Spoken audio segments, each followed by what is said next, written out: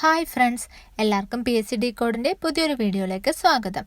ഈ വീഡിയോയിൽ നമ്മൾ ഭരണഘടന എന്ന ഭാഗത്തു നിന്നും PSC ചോദിച്ചിട്ടുള്ളതും ചോദിക്കാൻ ചാൻസ് ഉള്ളതുമായിട്ടുള്ള വളരെ പ്രധാനപ്പെട്ട കുറച്ച് ചോദ്യങ്ങളാണ് ഡിസ്കസ് ചെയ്യുന്നത്. അപ്പോൾ ഇതുവരെ നമ്മുടെ ചാനൽ സബ്സ്ക്രൈബ് ചെയ്തിട്ടില്ലാത്തവർ ഇപ്പം തന്നെ ഒന്ന് സബ്സ്ക്രൈബ് ചെയ്ത് സപ്പോർട്ട് ചെയ്തേക്കാം. അതുപോലെ നമ്മൾ പ്രീവിയസ് ക്വസ്റ്റ്യൻസിൻ്റെ ഒരുപാട് വീഡിയോസ് ഇതിനു മുമ്പ് ചെയ്തിട്ടുണ്ട്. അതൊന്നും കണ്ടിട്ടില്ലാത്തവർ തീർച്ചയായിട്ടും ആ വീഡിയോസൊക്കെ കാണണം. തീർച്ചയായും നിങ്ങൾക്ക് ഉപകാരപ്പെടുന്ന വീഡിയോസാണ്. അപ്പോൾ നമുക്ക് ഇന്നത്തെ വീഡിയോ സ്റ്റാർട്ട് ചെയ്യാം. ആദ്യത്തെ ചോദ്യം നോക്കാം.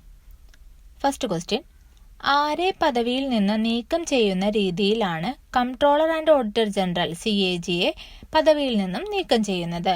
ഓപ്ഷൻ എ സുപ്രീം കോടതി judge, option B Lok Sabha speaker, option C UPSC chairman, option D attorney general. ഇതിൻ്റെ ആൻസർ ഓപ്ഷൻ എ സുപ്രീം കോടതി ജഡ്ജി.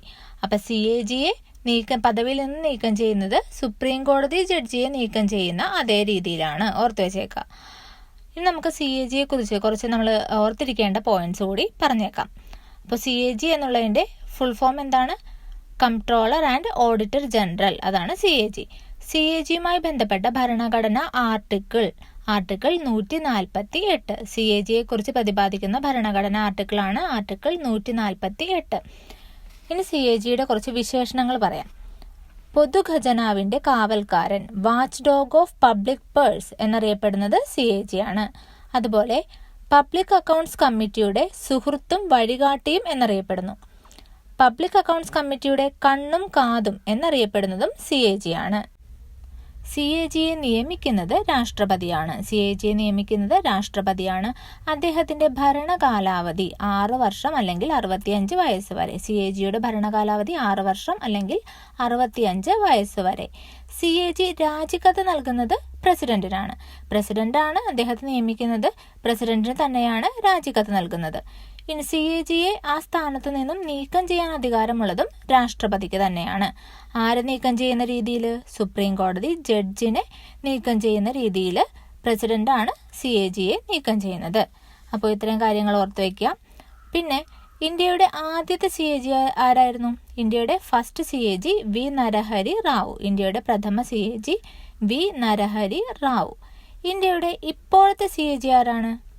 ഗിരീഷ് ചന്ദ്ര മുർമു. ഇന്ത്യയുടെ ഇപ്പോഴത്തെ CAG ഗിരീഷ് ചന്ദ്ര മുർമു. ഇന്ത്യയുടെ 14ാമത്തെ CAG ആണ് ഗിരീഷ് ചന്ദ്ര മുർമു. അപ്പോൾ ഇത്രയും കാര്യങ്ങൾ CAGയുമായി ബന്ധപ്പെട്ട് ഓർത്ത് വെച്ചേക്കാം. വളരെ ഇമ്പോർട്ടൻ്റ് ആയിട്ടുള്ള പോയിന്റ്സ് ആണ്. ഇനി നമുക്ക് അടുത്ത ചോദ്യം നോക്കാം. രണ്ടാമത്തെ ക്വസ്റ്റ്യൻ: ഇന്ത്യൻ ഭരണഘടനയുടെ 18ാം ഭാഗം എന്തുമായി ബന്ധപ്പെട്ടിരിക്കുന്നു? ഓപ്ഷൻ എ സംസ്ഥാന ഗവൺമെന്റുകളെ പിരിച്ചുവിടൽ, ഓപ്ഷൻ ബി അടിയന്തരാവസ്ഥ പ്രഖ്യാപനം, ഓപ്ഷൻ സി സൈന്യത്തിന് പ്രത്യേക അധികാരം, ഓപ്ഷൻ ഡി ന്യൂനപക്ഷ അവകാശങ്ങൾ. ഇതിന്റെ ആൻസർ ഓപ്ഷൻ ബി അടിയന്തരാവസ്ഥ പ്രഖ്യാപനം. ഇന്ത്യൻ ഭരണഘടനയുടെ 18ാം ഭാഗം എന്തുമായി ബന്ധപ്പെട്ടിരിക്കുന്നു? അടിയന്തരാവസ്ഥ പ്രഖ്യാപനവുമായി ബന്ധപ്പെട്ടിരിക്കുന്നു. ഭരണഘടനയുടെ ഭാഗം 18 ആർട്ടിക്കിൾ 352 മുതൽ ആർട്ടിക്കിൾ 360 വരെയാണ് അടിയന്തരാവസ്ഥയെക്കുറിച്ച് പറയുന്നത്. ആർട്ടിക്കിൾ 352 മുതൽ ആർട്ടിക്കിൾ 360 വരെ. അടിയന്തരാവസ്ഥ എന്ന ആശയം ഇന്ത്യ കടമെടുത്തിരിക്കുന്നത് 1935 ഗവൺമെന്റ് ഓഫ് ഇന്ത്യ ആക്ടിൽ നിന്നാണ്. അടിയന്തരാവസ്ഥ സമയത്ത് മൗലികാവകാശങ്ങൾ റദ്ദു ചെയ്യുന്ന ആശയം ഇന്ത്യ കടമെടുത്തിരിക്കുന്നത് ജർമ്മൻ ഭരണഘടനയിൽ നിന്നാണ്. ഇത് രണ്ടും കൃത്യമായിട്ട് ഓർത്തു വെച്ചേക്കാം. അതായത് അടിയന്തരാവസ്ഥ എന്ന ആശയം ഇന്ത്യ കടമെടുത്തിരിക്കുന്നത് 1935 ഗവൺമെന്റ് ഓഫ് ഇന്ത്യ ആക്ടിൽ നിന്നാണ്. എന്നാൽ അടിയന്തരാവസ്ഥ സമയത്ത് മൗലികാവകാശങ്ങൾ റദ്ദു ചെയ്യുക എന്ന ആശയം ഇന്ത്യ കടമെടുത്തിരിക്കുന്നത് വെയ്മർ കോൺസ്റ്റിറ്റ്യൂഷൻ ഓഫ് ജർമ്മനി, അതിൽ നിന്നാണ്. ഇനി ഇന്ത്യയിൽ 3 തരത്തിലുള്ള അടിയന്തരാവസ്ഥകളാണ് ഉള്ളത്. അതായത് ഫസ്റ്റ് വൺ ദേശീയ അടിയന്തരാവസ്ഥ, അത് ആർട്ടിക്കിൾ 352 പറഞ്ഞിരിക്കുന്നത്. രണ്ടാമത്തേത് സംസ്ഥാന അടിയന്തരാവസ്ഥ, ആർട്ടിക്കിൾ 356. സാമ്പത്തിക അടിയന്തരാവസ്ഥ ആർട്ടിക്കിൾ 360. ഇന്ത്യൻ ഭരണഘടനയിൽ 3 അടിയന്തരാവസ്ഥകളാണ് പ്രതിപാദിക്കുന്നത്. ദേശീയ അടിയന്തരാവസ്ഥ ആർട്ടിക്കിൾ 352, സംസ്ഥാന അടിയന്തരാവസ്ഥ ആർട്ടിക്കിൾ 356, സാമ്പത്തിക അടിയന്തരാവസ്ഥ ആർട്ടിക്കിൾ 360. ഈ 3 രീതിയിലുള്ള അടിയന്തരാവസ്ഥകളും പ്രഖ്യാപിക്കുന്നതിനുള്ള അധികാരം ആർക്കാണ്? അത് രാഷ്ട്രപതിക്കാണ്. അടിയന്തരാവസ്ഥ പ്രഖ്യാപിക്കാനുള്ള അധികാരം രാഷ്ട്രപതിക്കാണെന്ന് ഓർത്തു വെച്ചേക്കാം. ഇന്ത്യയിൽ ഇതുവരെ 3 തവണ ദേശീയ അടിയന്തരാവസ്ഥ പ്രഖ്യാപിച്ചിട്ടുണ്ട്. 1962, 1971, 1975 ഈ 3 വർഷങ്ങളിൽ ഇന്ത്യയിൽ ദേശീയ അടിയന്തരാവസ്ഥ പ്രഖ്യാപിച്ചിട്ടുണ്ട് 3 തവണ. ആദ്യമായിട്ട് ഇന്ത്യയിൽ ദേശീയ അടിയന്തരാവസ്ഥ പ്രഖ്യാപിച്ചത് 1962 ഒക്ടോബർ 26. ആ സമയത്തെ രാഷ്ട്രപതിയായിരുന്ന ഡോക്ടർ എസ് രാധാകൃഷ്ണനാണ് ആദ്യത്തെ ദേശീയ അടിയന്തരാവസ്ഥ പ്രഖ്യാപിക്കുന്നത്. ഈ ഒരു അടിയന്തരാവസ്ഥ പ്രഖ്യാപിക്കാനുള്ള കാരണം എന്തായിരുന്നു? 1962 ചൈനീസ് ആക്രമണം മൂലമാണ് ആദ്യമായിട്ട് ദേശീയ അടിയന്തരാവസ്ഥ പ്രഖ്യാപിക്കുന്നത്. ഈ ദേശീയ അടിയന്തരാവസ്ഥ 1968 ജനുവരി 10 ഡോക്ടർ സക്കീർ ഹുസൈൻ പിൻവലിക്കുന്നു. ആ സമയത്ത് രാഷ്ട്രപതിയായിരുന്ന സക്കീർ ഹുസൈൻ ആദ്യത്തെ അടിയന്തരാവസ്ഥ പിൻവലിക്കുന്നു 1968 ജനുവരി 10. അതിനുശേഷം രണ്ടാമത്തെ ദേശീയ അടിയന്തരാവസ്ഥ പ്രഖ്യാപിക്കുന്നത് 1971 ഡിസംബർ 3. ഈ ഒരു ദേശീയ അടിയന്തരാവസ്ഥ പ്രഖ്യാപിക്കാനുള്ള കാരണം ഇന്ത്യ പാക് യുദ്ധം. ആ സമയത്ത് 1971 ഇന്ത്യ പാക് യുദ്ധം കാരണമാണ് ദേശീയ അടിയന്തരാവസ്ഥ പ്രഖ്യാപിക്കുന്നത്. ഇത് പ്രഖ്യാപിക്കുന്നത് പ്രസിഡന്റ് വി ഗിരിയാണ്. ഈ ഒരു അടിയന്തരാവസ്ഥ നിലനിൽക്കുന്ന സമയത്ത് തന്നെയാണ് മൂന്നാമത്തെ അടിയന്തരാവസ്ഥയും പ്രഖ്യാപിക്കുന്നത്.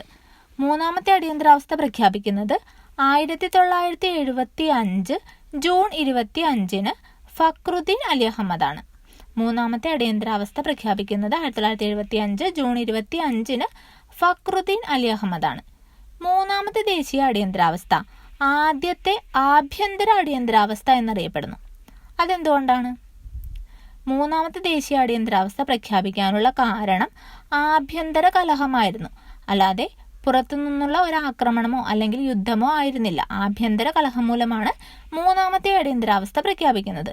അതുകൊണ്ട് തന്നെ അത് ആദ്യത്തെ ആഭ്യന്തര അടിയന്തരാവസ്ഥ എന്നറിയപ്പെടുന്നു. ഈ മൂന്നാമത്തെ ദേശീയ അടിയന്തരാവസ്ഥ പ്രഖ്യാപിച്ചത് ഫക്രുദ്ദീൻ അലി അഹമ്മദ് ആണ്. അതും ഓർത്തു വയ്ക്കാം. ഇനി ഈ രണ്ടാമത്തെയും മൂന്നാമത്തെയും ദേശീയ അടിയന്തരാവസ്ഥകൾ ഒരുമിച്ചാണ് പിൻവലിക്കുന്നത്. അത് ആ സമയത്തെ ആക്ടിംഗ് പ്രസിഡന്റ് ആയിരുന്ന BD ജെട്ടിയാണ് ഈ രണ്ടാമത്തെയും മൂന്നാമത്തെയും ദേശീയ അടിയന്തരാവസ്ഥ ഒരുമിച്ച് പിൻവലിക്കുന്നത്. 1977 മാർച്ച് 21 ഈ 2 അടിയന്തരാവസ്ഥകളും പിൻവലിച്ചത്. അപ്പോൾ ഇത്രയും പോയിന്റ്സ് അടിയന്തരാവസ്ഥയുമായി ബന്ധപ്പെട്ട് കൃത്യമായിട്ട് ഓർത്ത് വെച്ചേക്കുക. അടിയന്തരാവസ്ഥയുമായി ബന്ധപ്പെട്ട് നമ്മൾ പറഞ്ഞ ആർട്ടിക്കിൾസ് ഒക്കെ കൃത്യമായിട്ട് ഓർത്ത് വയ്ക്കുക. നെക്സ്റ്റ് ക്വസ്റ്റ്യൻ നോക്കാം. മൂന്നാമത്തെ ചോദ്യം, ഇന്ത്യൻ ഭരണഘടനയുടെ ആമുഖപ്രകാരം ഇന്ത്യ ഒരു ഡാഷ് ആണ്. ഓപ്ഷൻ എ പൂർണ്ണാധികാര മതേതര ജനാധിപത്യ റിപ്പബ്ലിക്, ഓപ്ഷൻ ബി പരമാധികാര മതേതര സ്ഥിതി അസമത്വ ജനാധിപത്യ റിപ്പബ്ലിക്, ഓപ്ഷൻ സി പരമാധികാര സ്ഥിതി സമത്വ മതേതര ജനാധിപത്യ റിപ്പബ്ലിക്, ഓപ്ഷൻ ഡി ഇവയൊന്നുമല്ല. ഇതിന്റെ ആൻസർ ഓപ്ഷൻ സി പരമാധികാര സ്ഥിതി സമത്വ മതേതര ജനാധിപത്യ റിപ്പബ്ലിക്. ഈ വേർഡ്സ് ഇതേ ഓർഡറിൽ കൃത്യമായിട്ട് ഓർത്തു വെച്ചേക്കാം.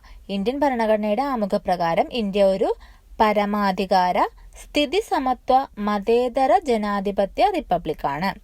Sovereign socialist secular democratic republic.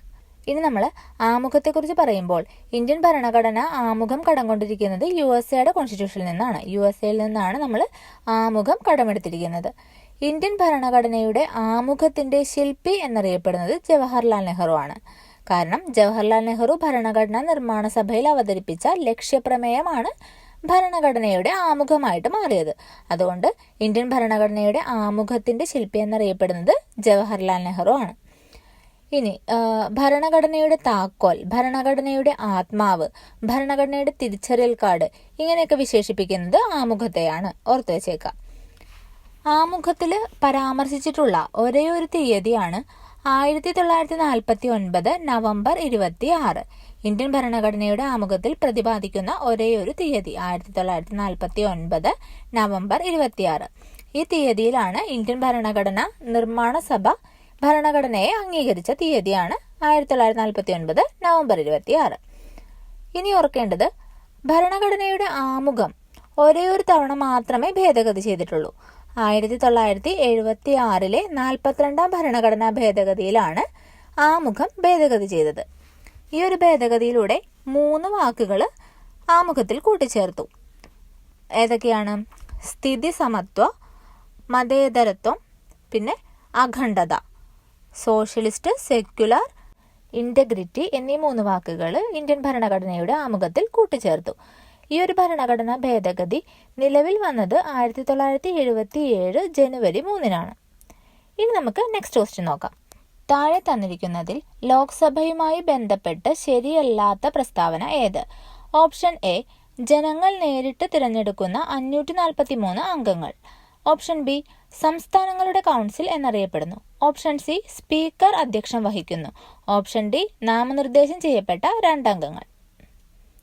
Answer option B, സംസ്ഥാനങ്ങളുടെ കൗൺസിൽ എന്നറിയപ്പെടുന്നു. അതാണ് തെറ്റായിട്ടുള്ള പ്രസ്താവന. ബാക്കി 3ഉം ശരിയാണ്. അപ്പോൾ ലോക്സഭയെക്കുറിച്ച് പറയുമ്പോൾ ഇന്ത്യൻ പാർലമെന്റിന്റെ അധോസഭ, ലോവർ ഹൗസ് എന്നറിയപ്പെടുന്നത് ലോക്സഭയാണ്. അതേപോലെ ജനപ്രതിനിധി സഭ എന്നറിയപ്പെടുന്നു. ഫസ്റ്റ് ചേംബർ, പോപ്പുലർ ഹൗസ് എന്നിങ്ങനെ അറിയപ്പെടുന്നതും ലോക്സഭ തന്നെയാണ്. ജനങ്ങൾ നേരിട്ടാണ് ലോക്സഭാംഗങ്ങളെ തിരഞ്ഞെടുക്കുന്നത്. ഭരണഘടനയുടെ 81-ാം ആർട്ടിക്കിൾ പ്രകാരമാണ് ലോക്സഭ രൂപീകരിച്ചിരിക്കുന്നത്. ഭരണഘടനയുടെ 81-ാം ആർട്ടിക്കിൾ പ്രകാരമാണ് ലോക്സഭ രൂപീകരിച്ചിരിക്കുന്നത്. ലോക്സഭയിലേക്ക് തിരഞ്ഞെടുക്കപ്പെടാവുന്ന പരമാവധി അംഗങ്ങൾ 550 പേരാണ്. ലോക്സഭയുടെ പരമാവധി അംഗസംഖ്യ 550. നിലവിൽ ലോക്സഭയുടെ അംഗസംഖ്യ 543 ആണ്. നിലവിൽ 543 അംഗങ്ങളാണ് ലോക്സഭയിലുള്ളത്. നമ്മൾ ഇവിടെ ഒരു പ്രസ്താവന പറഞ്ഞില്ലേ, നാമനിർദ്ദേശം ചെയ്യപ്പെട്ട 2 അംഗങ്ങൾ എന്നുള്ളത്. അത് ആംഗ്ലോ ഇന്ത്യൻ വിഭാഗത്തിൽ നിന്നായിരുന്നു ആ 2 അംഗങ്ങളെ നാമനിർദ്ദേശം ചെയ്തിരുന്നത്. എന്നാൽ 104-ാം ഭരണഘടനാ ഭേദഗതി പ്രകാരം ആംഗ്ലോ ഇന്ത്യൻ പ്രതിനിധികളുടെ നാമനിർദ്ദേശം പാർലമെന്റ് റദ്ദാക്കിയിട്ടുണ്ട്. അതുകൊണ്ട് തന്നെ ഈ 2 പേര് ഇപ്പോഴില്ല. ഇപ്പൊ നിലവിൽ ലോക്സഭയുടെ അംഗസംഖ്യ എന്ന് പറയുന്നത് 543 ആണ്. ലോക്സഭയുടെ കാലാവധി 5 വർഷമാണ്. ലോക്സഭ അംഗത്തിന്റെ കാലാവധിയും 5 വർഷമാണ്. അതുപോലെ ലോക്സഭയുടെ അധ്യക്ഷൻ എന്ന് പറയുന്നത് സ്പീക്കറാണ്. അധ്യക്ഷം വഹിക്കുന്നത് സ്പീക്കറാണ്. ഇനി ഇത് തന്നെ നമ്മൾ രാജ്യസഭയുടെ കാര്യം നോക്കുമ്പോൾ രാജ്യസഭയ്ക്ക് കാലാവധി ഉണ്ടോ? രാജ്യസഭയ്ക്ക് കാലാവധി ഇല്ല. രാജ്യസഭ ഒരു സ്ഥിരം സഭയാണ്. രാജ്യസഭയ്ക്ക് കാലാവധി ഇല്ല. എന്നാൽ രാജ്യസഭ അംഗത്തിന്റെ കാലാവധി 6 വർഷമാണ്. അതും ഓർത്തു വയ്ക്കുക. രാജ്യസഭയ്ക്ക് അധ്യക്ഷം വഹിക്കുന്നത് വൈസ് പ്രസിഡന്റ് ആണ്. ഇന്ത്യയുടെ ഉപരാഷ്ട്രപതിയാണ് രാജ്യസഭ ചെയർമാൻ. പിന്നെ നമ്മളിവിടെ സംസ്ഥാനങ്ങളുടെ കൗൺസിൽ എന്നറിയപ്പെടുന്നു എന്ന് പറഞ്ഞില്ലേ, അത് രാജ്യസഭയാണ് കേട്ടോ. സംസ്ഥാനങ്ങളുടെ കൗൺസിൽ എന്നറിയപ്പെടുന്നത് രാജ്യസഭയാണ്. അപ്പൊ ഇത്രയും കാര്യങ്ങൾ ഓർത്തു വെക്കുക. അടുത്ത ചോദ്യം നോക്കാം. താഴെ തന്നിരിക്കുന്നതിൽ ഇലക്ട്രൽ കോളേജിലെ അംഗങ്ങൾ അല്ലാത്തവർ ആര്? ഓപ്ഷൻ എ, ലോക്സഭയിലെ തിരഞ്ഞെടുക്കപ്പെട്ട അംഗങ്ങൾ. ഓപ്ഷൻ ബി, രാജ്യസഭയിലെ തിരഞ്ഞെടുക്കപ്പെട്ട അംഗങ്ങൾ. ഓപ്ഷൻ സി, സംസ്ഥാന നിയമസഭയിലെ തിരഞ്ഞെടുക്കപ്പെട്ട അംഗങ്ങൾ. ഓപ്ഷൻ ഡി, ഇവയൊന്നുമല്ല. ഇതിന്റെ ആൻസർ ഓപ്ഷൻ ഡി, ഇവയൊന്നുമല്ല. അതായത് ഇവരെല്ലാം തന്നെ ഇലക്ട്രൽ കോളേജിലെ അംഗങ്ങളാണ്. പാർലമെന്റിലെ തിരഞ്ഞെടുക്കപ്പെട്ട അംഗങ്ങൾ സംസ്ഥാന നിയമസഭകളിലെയും കേന്ദ്രഭരണ പ്രദേശങ്ങളായ ഡൽഹി, പുതുച്ചേരി എന്നീ നിയമസഭകളിലെയും തിരഞ്ഞെടുക്കപ്പെട്ട അംഗങ്ങളാണ് ഇലക്ട്രൽ കോളേജിൽ ഉൾപ്പെടുന്നത്. അപ്പോൾ ഇവിടെ തിരഞ്ഞെടുക്കപ്പെട്ട അംഗങ്ങൾ എന്നുള്ളത് പ്രത്യേകം ഓർത്തു വെച്ചേക്കുക. നാമനിർദ്ദേശം ചെയ്യപ്പെട്ട പാർലമെന്റ് അംഗങ്ങളൊന്നും ഇലക്ട്രൽ കോളേജിൽ ഉൾപ്പെടുന്നില്ല എന്ന് പ്രത്യേകം ഓർക്കുക. ഇനി ഈ ഇലക്ട്രൽ കോളേജാണ് നമ്മുടെ രാഷ്ട്രപതിയെ, ഇന്ത്യൻ രാഷ്ട്രപതിയെ തിരഞ്ഞെടുക്കുന്നത്. ഇന്ത്യക്ക് ഒരു രാഷ്ട്രപതി ഉണ്ടായിരിക്കണം എന്നനുശാസിക്കുന്ന ഈ ഭരണഘടനയുടെ ആർട്ടിക്കിളാണ് ആർട്ടിക്കിൾ 52. ഇന്ത്യക്കൊരു രാഷ്ട്രപതി ഉണ്ടായിരിക്കണം എന്ന് പറയുന്നത് ആർട്ടിക്കിൾ 52-ലാണ്. രാഷ്ട്രത്തിന്റെ തലവനാണ് രാഷ്ട്രപതി.